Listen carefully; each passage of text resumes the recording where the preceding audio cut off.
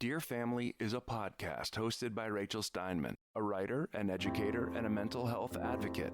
And Rachel gets us up close and personal, so we feel a strong connection, familiarity, and comfort with her guests. So settle in and join us as we search for true healing and journey with Rachel and her most interesting guests. Hello, everyone. I hope you are all staying well during this very uncertain time. I am here because I am going to give you a pandemic pep talk because we all need to manage our stress, find silver linings, and stay positive and healthy during this pandemic.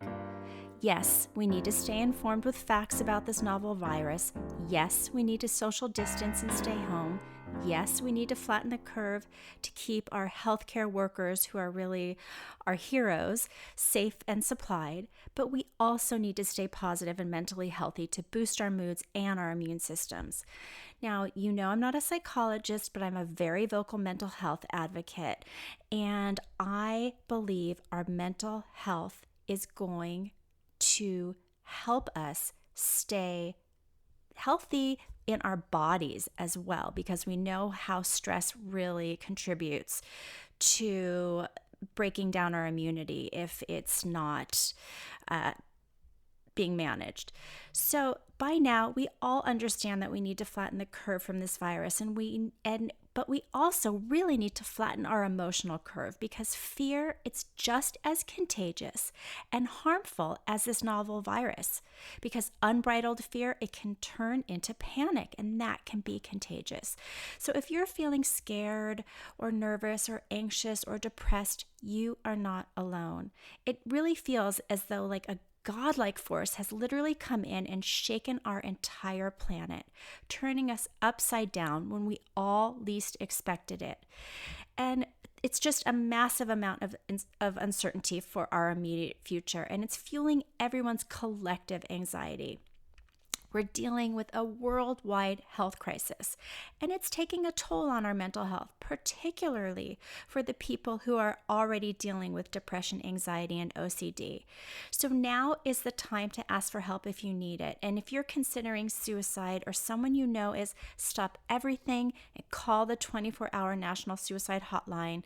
The number is 1-800-273-8255. I say this all the time, but I'm going to say it again. Asking for help is brave, because you're not giving up, and in fact, you're fighting. Now, because this is a pep talk, let's remember, fear can pass from person to person like a virus, but the good news, so can kindness, calmness, and correct information. That can be contagious as well. So a mass scale crisis like this, it's causing a lot of distress reactions like trouble sleeping, feeling unsafe, risky behaviors like maybe excessive use of alcohol or self-medication. And it's just kind of sinking in that this isn't going to necessarily go away right away. So we have a new normal, but we don't have to feel powerless. We need to remain positive by shifting our way of thinking and considering maybe, okay guys, think about this. Maybe this pandemic is nature's or the universe's or God's or evolution's or whatever higher power that you believe in way of teaching us all collectively that something much larger than we could have ever imagined on an individual level is happening. And that is where the silver linings come in. So considering 1 in 5 people are already dealing with a mental health issue, many of us and our loved ones are going to be challenged. And it's no wonder we're feeling a lot of grief over the loss of our routines and our inability to spend time with people we love. Being told to self-isolate is causing a lot of people fear and loneliness, right? And we're wondering, is it safe to even go to the market to get food for our family? And we're using all these new words and phrases like COVID-19 and flattening the curve and social distancing and sheltering in place. We're being asked to behave in a new way, but that means we need to think in a new way. So how do we not become totally paranoid and frozen with anxiety? Now, we know a little anxiety is okay because it pushes us into action, but it's when we become paralyzed or we practice harmful behaviors that we don't help our health. So this is where strategies and a plan come into place. Whether it's scheduling a weekly teletherapy appointment with a mental health worker, or making sure you have your medications, or doing things at home that increase your mental health and happiness, or scheduling nightly check-ins with friends or family, there's still so many things in your control. For example, like simply washing your hands. More than ever, we need to get a good night's sleep, eat regularly, stay hydrated, and exercise. Because by taking care of our bodies, we're better able to solve problems and manage our emotions.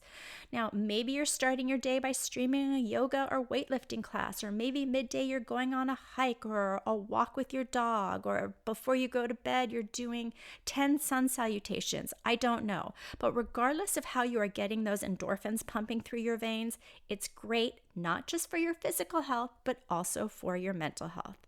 And as far as eating healthy, I think some of us are feeling food insecure already, even though we've been told there is not a food shortage. Our restaurants are still delivering and there's drive-thrus still open, right? And just because you're quarantined, it doesn't mean you don't have to eat healthy. So in fact, you might need those nutrients from fruits and vegetables even more to boost your immunity. And I just ordered my first box of fruits and vegetables to be delivered weekly. It's starting next week. So as far as consumption goes, I know a lot of you are not going to love this bit of advice, but if you're really feeling anxious, you may want to consider cutting out or at least curbing your caffeine intake, because caffeine increases your heart rate and it can kind of mimic those anxiety feelings.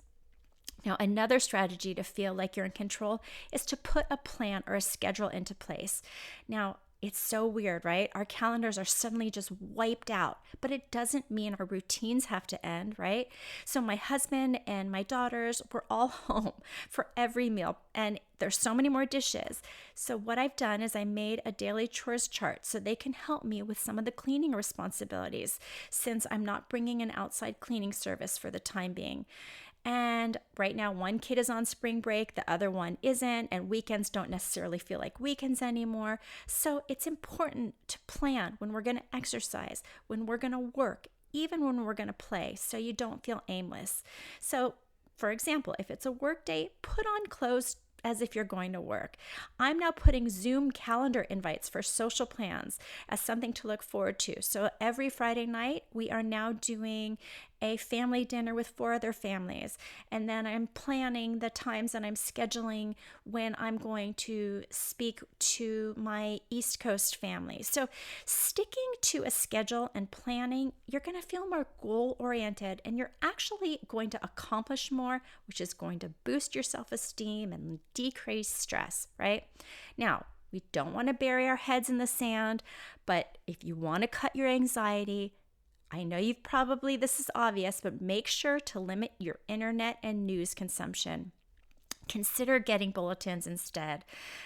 We, of course, need to know the facts, and you can just go to sites like the CDC, which will update you quickly. But the cable and the network news outlets, they've never had better viewership than they do now. They're thriving because they're constantly updating us with breaking news that psychologically we feel like we can't miss out. But do things instead that you enjoy to distract yourself, like listening to music, reading a book, calling a friend. You're going to feel better than turning on the news. And you're not alone if you're feeling anxious about money and your future, because businesses are being forced to close, the stock market hates uncertainty, and we're just nervous, right? It makes sense. But part of helping our mental health is developing an optimistic view of hope and having some faith. Remind yourself how strong our economy was before this pandemic and how this is not going to last forever. And again, this is where kindness comes in and help people where you can, right? But thankfully, our government is also stepping in to make sure people can't be evicted. They're freezing student loans. They're pushing our tax filing deadlines. They're going to help small and large businesses and so much more. And as far as faith, I believe in our collective human intelligence and ingenuity. We're going to get over this hump and we're going to come out the other side stronger. But in the meantime, everyone, please stay home if you can. Now, we know loneliness, it's a definite concern. I mean, I have my dad who is living alone. He's in his late 70s. I do worry about him being alone. My mother-in-law is living alone, right? We're worried about our seniors who have to social distance, but it does not mean emotional isolation, right? We're able to stay in touch with others through technology, whether it's text or phone calls or emails or video conferencing. There's Skype, there's FaceTime, there's Zoom, right? I don't know about you, but in a way, I'm feeling even more connected to my friends and family because we're checking in with each other and we're scheduling group video chats, something we've never done before, which is kind of cool. Now, a perfect way to help us deal with our minds racing and stopping anxiety in its tracks is through meditation. I get it. Not everyone likes it. It takes practice, but there are great apps out there like Headspace or Calm that can help guide you. And even if you're only able to sit still for 2 minutes, maybe you'll progress up to 5 and then 10 minutes, and it's quite phenomenal what it does for you. Maybe you prefer moving meditation like walking or Tai Chi or sun salutations to clear your mind. But regardless, the reason meditation is so valuable is because it helps you slow your brain waves down, which decreases those fast-paced thoughts and helps with your anxiety and stress. It's kind of like a reset button that allows you to notice your anxious thoughts and let them come and go, and then bring you back to the present moment. Because after all, anxiety is when we worry about the future. So if you're truly present, you are not anxious. Now, here's a really interesting thing about anxiety. We all need to tackle the anxiety paradox by understanding that what you resist persists. So if you avoid anxiety, it's going to backfire. So face it head on and eventually it will diminish. Now, this means don't push your feelings down, acknowledge them and talk about them. Some people swear by saying daily mantras or daily affirmations. Now, I have a friend, his name is Mikkel Bondesen. He's a successful businessman. He's an extreme athlete who does Ironmans and he mountain bikes and he jumps from airplanes, but he also suffers from major panic attacks. He's my guest on my second podcast episode, by the way, if you want to hear more from him. But he repeats things over and over like, I am safe, or I can handle this, or this too shall pass. And one of my personal favorites is the obstacle is the path. The obstacle is the path. So he says this over and over, and he swears his affirmations have rewired his brain so that when anxious thoughts surface, he can get through them before they escalate. Now, it's during a crisis when we often see the best in people. So by focusing on gratitude and the silver linings, we are constantly looking for the positive, which helps us increase our joy, and it changes the trajectory of our day.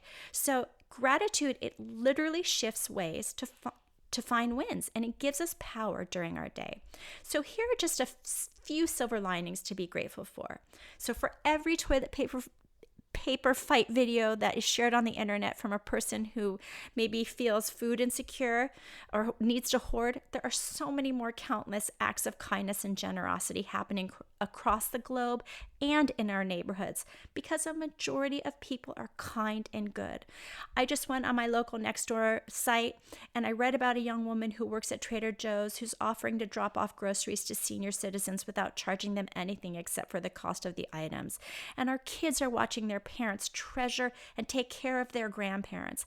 And young people are starting GoFundMe pages to raise money to help our seniors, right? There's a lot of goodwill going around, and it's very heartening as we remember our seniors are precious and should be revered.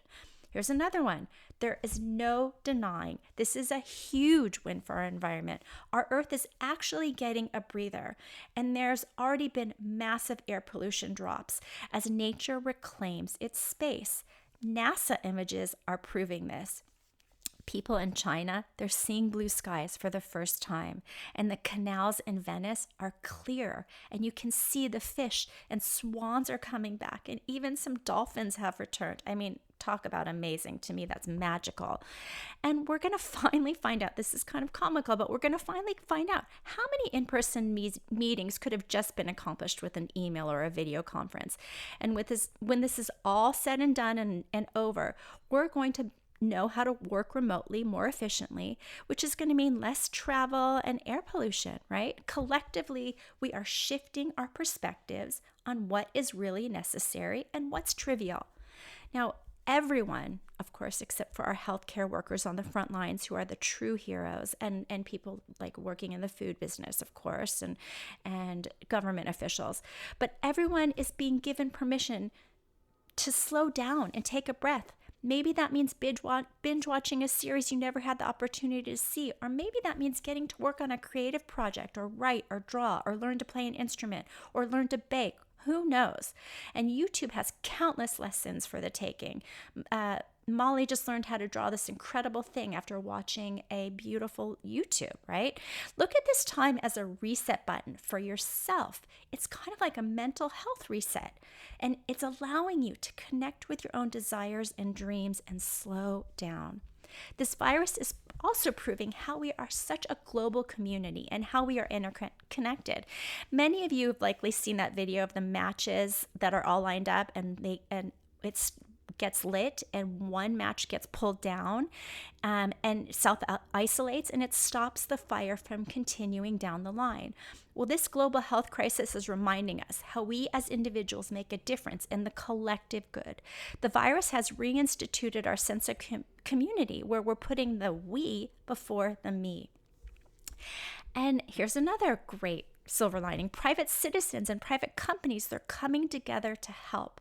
Like the CEO of Zoom, who's giving away free services to K-12 schools, and PBS, who's creating programming for kids who are at home learning, or NBA players like Kevin Love and Zion Williamson, who are generously covering costs of local wages or lost wages for arena workers, or big retailers opening their stores early for seniors.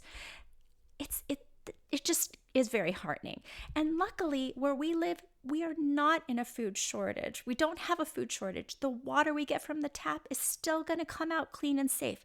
Society is still functioning. And although we're turning on the news and seeing the numbers going up daily, we have to remember eventually there will be a vaccine. And I want to focus on some good medical news. So, an overwhelming number of people who get sick, they go home and they recover, like the 103-year-old Chinese grandmother. There's several organizations across the globe who are working on vaccines for COVID-19, and they're going to share their brain trust for the better good. Plasma from newly recovered patients from COVID-19 are being looked at to treat others infected by COVID-19. And heroes like Jennifer Haller, who's a Seattle mother of 2 teenagers, she's already stepped up as the first volunteer to receive the experimental coronavirus vaccine. So speaking of healthcare, some of the best medicine around for anxiety and stress is free. It's laughter, it's pets, it's nature. So find some levity by watching a comedy. Snuggle your pet, right? We have to laugh, but our dogs and cats, they're the biggest winners of this pandemic, right? Because their families are home. And also get outside. Guys, we are in spring season. Enjoy the especially fresh air from no pollution. Go out and notice the colors of the new flower buds and the green grass. Listen to the birds chirping. Get in touch with your 5 senses, and you will be in the present moment where calmness lives. Now, this is our time. This is our Great Depression experience, our World War II sacrifice, and our victory garden story. When we stay positive during a negative situation, we are winning. I do believe we're going to emerge from this crisis stronger, more compassionate, and more empathetic, not just for our family, but for the world. And because laughter is great medicine, I'm reminded of a quote I saw recently about how our grandparents had to sacrifice by going to war. We're being asked to sacrifice and sit on our couch and watch Netflix. We can do this, you guys. We got this. So remember, although we have to socially distance, you are not alone. We are in this together. Find faith in humanity and know we are resilient and intelligent beings who are putting our personal interests aside to help the better good. Take this opportunity to reset, find gratitude, And just like our earth is doing, breathe. I wish you love, happiness, and good mental and physical health. Take care of yourself and your families. Check in on others. Stay informed, stay positive, and let's all flatten this curve. This is Rachel Steinman. For more information or to contact me with any questions, comments, or guest ideas, please check out rightnowrachel.com. That's right with a W. Thank you so much for listening, subscribing, and sharing, dear family. And if you found value in what you've just heard, I would love and so appreciate a great review on Apple Podcasts, Stitcher, or wherever you listen to your podcasts. Until next time, I wish you love, happiness, and good mental health.